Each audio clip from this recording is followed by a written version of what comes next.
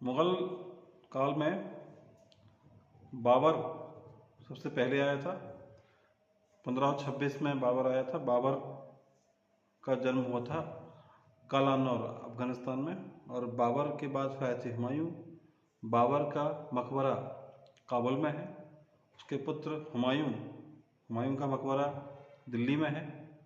और हुमायूं को के बारे में कहा गया है कि वह जीवन भर लड़खड़ाता रहा और अंत में लड़खड़ाते हुए ही उसकी मृत्यु हो गई। हुमायूं का पुत्र था अकबर। अकबर ने अपने जीवन में कुछ धार्मिक सुधार किए, सुलह कुल की धार्मिक नीति चलाई, दीन इलाही धर्म चलाया और इलाही संबत एक नाम से नया कैलेंडर चलाया। अकबर के दरबार में थे 9 रत्न। बीरबल का वास्तविक नाम था महेशदास और तानसेन का वास्तविक नाम था रामतनु पांडे। अकबर का मकबरा फतेहपुर सीकरी आगरा के निकट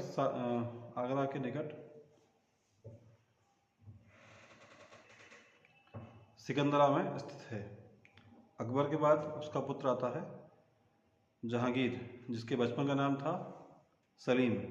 और जहांगीर ने अपने शासनकाल में न्याय की जंजीर लगवाई थी।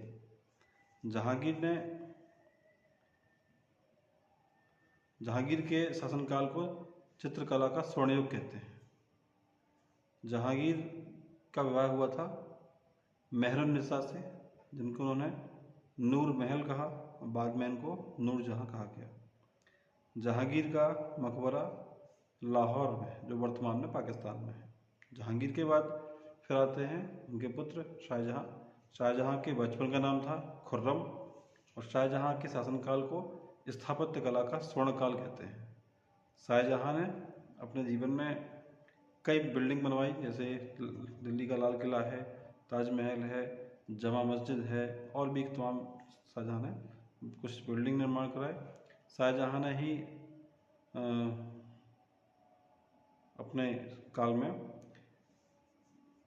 ताजमहल का निर्माण कराया। लगभग 20 साल लगे इसको बनाने में, और ताजमहल के मुख्य कारीगर थे उस्ताद ईसा खां, इसके वास्तुकार, और कारीगर थे ताजमहल के